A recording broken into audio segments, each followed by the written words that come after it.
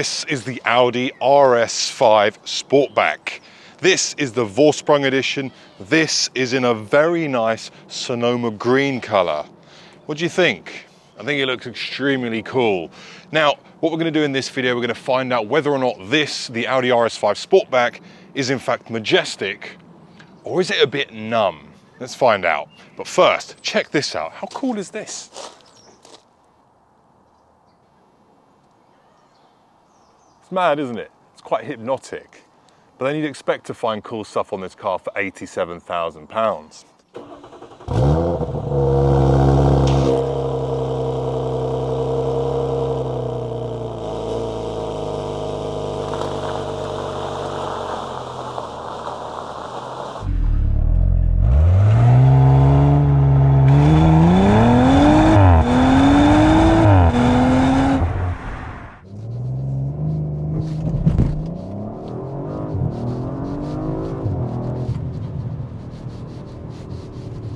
Well, there you go. That's 0 to 60 in 3.9 seconds in completely damp, greasy, wet conditions.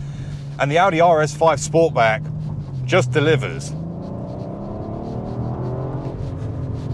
And it delivers all of that power from its 2.9 litre V6 turbocharged engine. Now, that all equates to some pretty good numbers in terms of performance metrics. The first of which, 450 PS.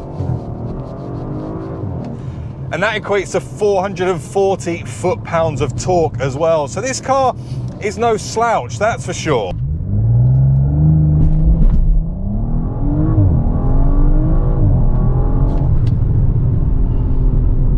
This Vorsprung edition is also, well, it runs 174 miles per hour top speed because it's had the limiter de-restricted.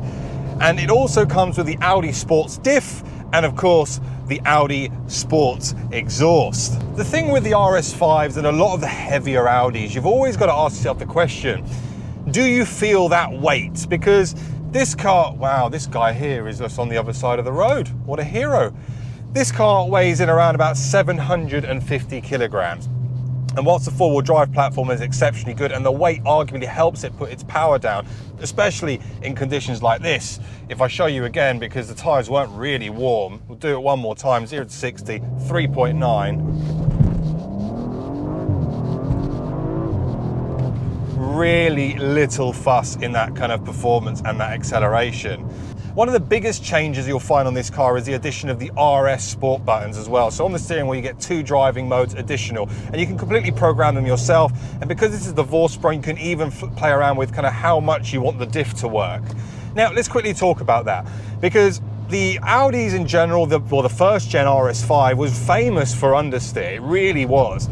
Whereas these, as they've got kind of newer, more refined, Audi have kind of unlocked a bit more balance from the car.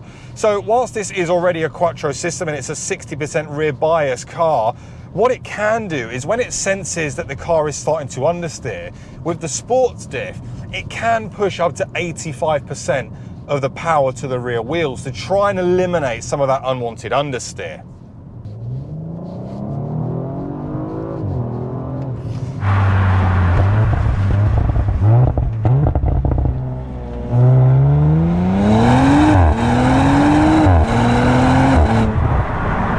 Now, in terms of this car, what do we get? We have an 8-speed ZF gearbox, but in a lot of the Audi cars that you're familiar with, you're used to seeing these cars with an S-tronic gearbox. This doesn't have an S-tronic gearbox. This is basically an automatic torque converter box, which, interestingly enough, when you're pressing on, it feels like you're driving a dual clutch. However, this is my little qualm with it, is you do notice it, particularly at low speeds, and especially when you're kind of pulling off, it's a bit jerky. It's not perfect, and whilst this car is kind of really kind of luxurious, premium feel, it can sometimes be let down by the fact that that kind of engagement into first gear can kind of feel a bit juddery, and that's even in comfort mode, which is quite interesting. Does it make a massive difference? Not really. I mean, when you're pressing on, you can see I'm literally just powering through those gears, just really quick. You know, it feels like an S-tronic, but it's not.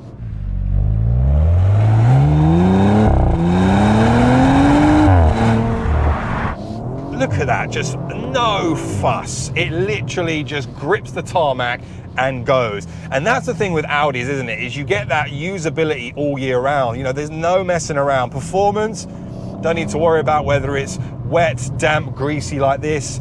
It will perform the same. It's just that good. It's clinical is the best way to describe it. Now, in terms of miles per gallon, if you care, combined on this car is 28 miles per gallon, which from a 2.9 litre V6 producing around 450 horsepower, or just under because it's 450 PS, it's pretty good going. Now, in terms of the steering feel, this is where it kind of gets a bit interesting for me. And ironically, the last car I just drove was a Porsche 718 Cayman GT4. Completely different cars. You can't really compare. It's like chalk and cheese. However, what I can compare is just how much of a difference the steering feel. The Porsche feels so direct. It feels so involving, so engaging. Whereas the steering on this car, it feels a little bit, you know, there's not as much feedback through it. It feels a little bit more lethargic. It kind of errs on the side of, I'm here to deliver a luxurious drive rather than to deliver that full on out and out performance that you'd want from maybe an RS car. But I don't think it's just that, it's kind of Audis in general.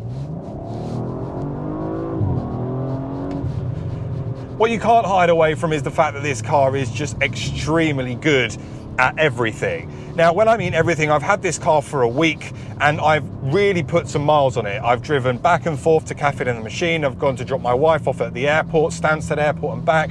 And I've put on probably around about 600 miles on this thing in a week, which is fair going. So I've really had the chance to experience it in kind of all elements and all types of driving.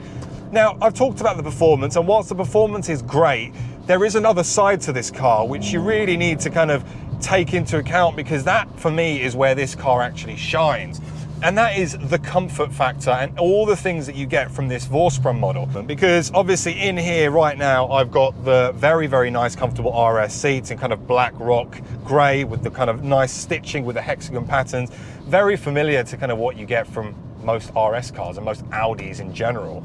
The difference here as well is, as you know, with all of the modern Audis, the big kind of screen is integrated into the dash, whereas here it's still a bit of a floating screen, which is quite nice because it actually allows me to feel like I'm driving a different car, because nowadays Audi are all going down the same route, and sometimes you've got to ask yourself the question, what car am I actually driving? Because a lot of these Audis share similar interiors now. The other thing as well, I've got this really nice RS display dash. It's not like the RS3 with the kind of two train lines coming towards you. It's the traditional kind of R-shaped rev counter, which I think is really, really nice. But the comfort factor for me is where this is brilliant. Now, we don't have adaptive suspension on this, so on B roads like this, you can feel the suspension being a little bit harsh sometimes, and if you hit a pothole, you're definitely going to know about it. However, the seats, you know, the build quality, everything combined makes the whole experience really good. With the Vorsprung model, I also get massage seats, which I have literally used every drive. I really like them. I think they're just phenomenal. There's 3 different types of massages and 3 different settings of intensity. And I'll tell you what, when you're on a kind of long journey and you want to cruise, spot on. And on long journeys, the other thing that this car has is obviously adaptive cruise control. Now, I've driven a number of cars in the past where adaptive cruise control has been relatively juddery. It's been relatively aggressive when it comes to reading the cars in front. However, this car has completely transformed that. The way it notices the gap between the car in front and slows down and accelerates is extremely smooth, which is fantastic. The other thing that this has is the traffic sign recognition, which actually, it picks up everything and it does it so well. It kind of, at one point I was testing myself. I was like, I didn't even see the sign, but the car did. So again, when you're looking at that longevity of a long drive, this is perfect. You could do so many miles in this car and get out the other end and go straight off, go for a night out. You won't have any issues in terms of your own personal comfort. The other thing as well, you get decent space in the rear. I've got the passenger seat all the way back at the moment, so you know, it's not as bad in terms of legroom. You actually have an awful lot of legroom at the rear. But as well, you get an enormous boot. Being Sportback, you get a huge boot and you can load it to your heart's content. But the question is it majestic or a bit dull? I think dull is probably not the right word for this car. I think clinical is the right word. And whilst I'm a massive fan of four-wheel drive cars, for me, this car is almost kind of too good. You know, it gives you excitement, but it's very predictable. It's very predictable. Even with kind of coming around a corner and knowing that I've got a rear bias car, all the mechanical systems and the kind of technology in the car is doing all the work for me. And whilst I very much welcome that in conditions like this, and it allows me to press on and not worry about the back kicking out, there is an element of how much driver involvement do I get in a car like this.